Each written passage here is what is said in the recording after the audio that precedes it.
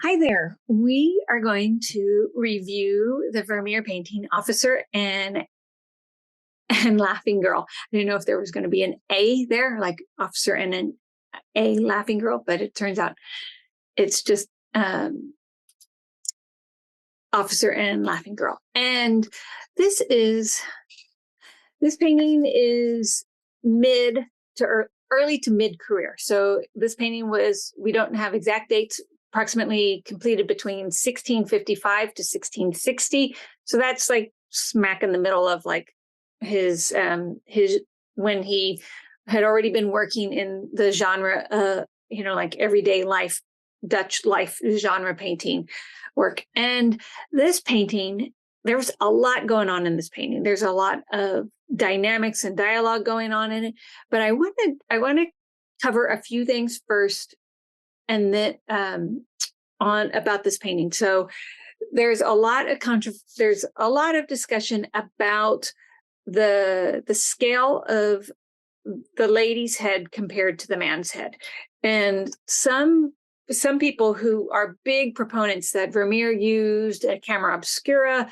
to create all this, and that he essentially practically copied the image in the camera obscura plate almost verbatim, versus those that think that he used the camera obscura as a tool, and sometimes he would adapt it.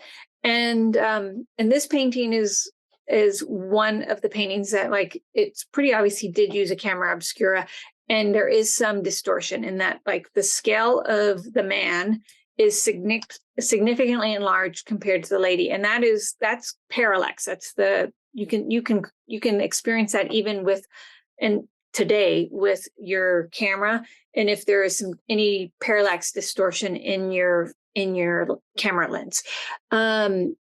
However, there's also a compositional reason why you would create the man in the foreground as being bigger and out of scale, a little bit bigger in scale compared to his female companion. And that has to do is to create like a power dynamic as well. In fact, Caravaggio was prone to using this pictorial device as well in his compositions.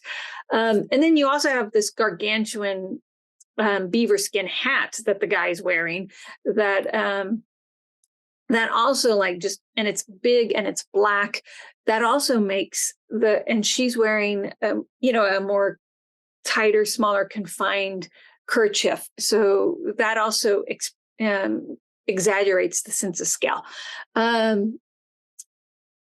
It's, to me, it's a delightful painting, but I wanted to talk about that first, because now that we've talked about it, we can talk about the actual painting itself and like the delightful details and features of this painting. They've got a map in the background, which is wonderful, and like the map, like, visually connects the soldier with the female. It also, in a way, connects the two of them to the outer world. This is my interpretation, but I often think about that upper rod as being that connects us with the outside world, which we don't see much of the outside world.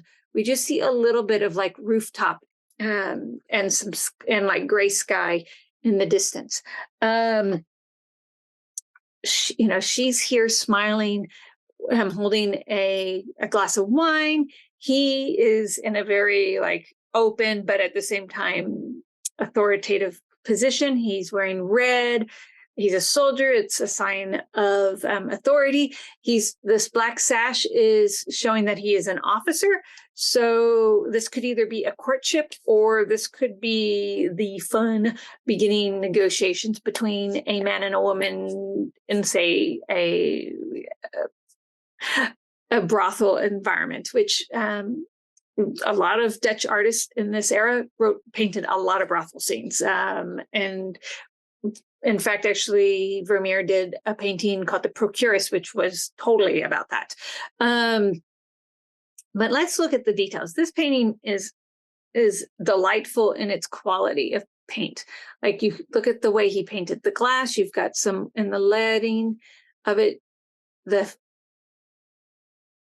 There, look at that. Look at his profile and how beautiful it is. And this painting's it's like 20 by 18. So it's not big, but it's not tiny either. But the thing is, like, you got to think about, like, that's a lot of stuff to put in a painting that's under 2 feet tall and under 2 feet wide. It's like only 18, a foot and a half wide. So if you think about that, that's a lot of detail that he's presenting. I really love, and this is where they wonder if it is a procuress kind of scenario where she's asking for money because of her way her hand is cupping out to him. And but look at the details. Look at that. Look at the paint. We have it's wonderful how he presented a jolly painting. And I just want to, let's look at like another thing compositionally. I love this upside down triangle. That really creates, to me, that's you know, and in a way that diagonal connects her hand with his hand.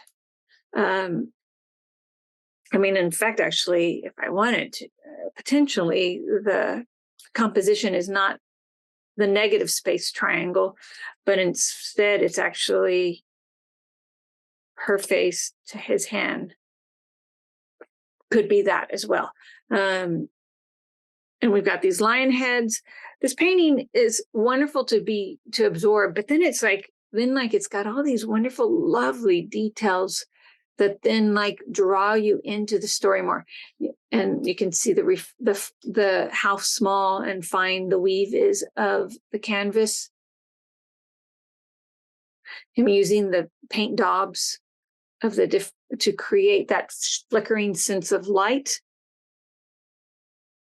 Even on the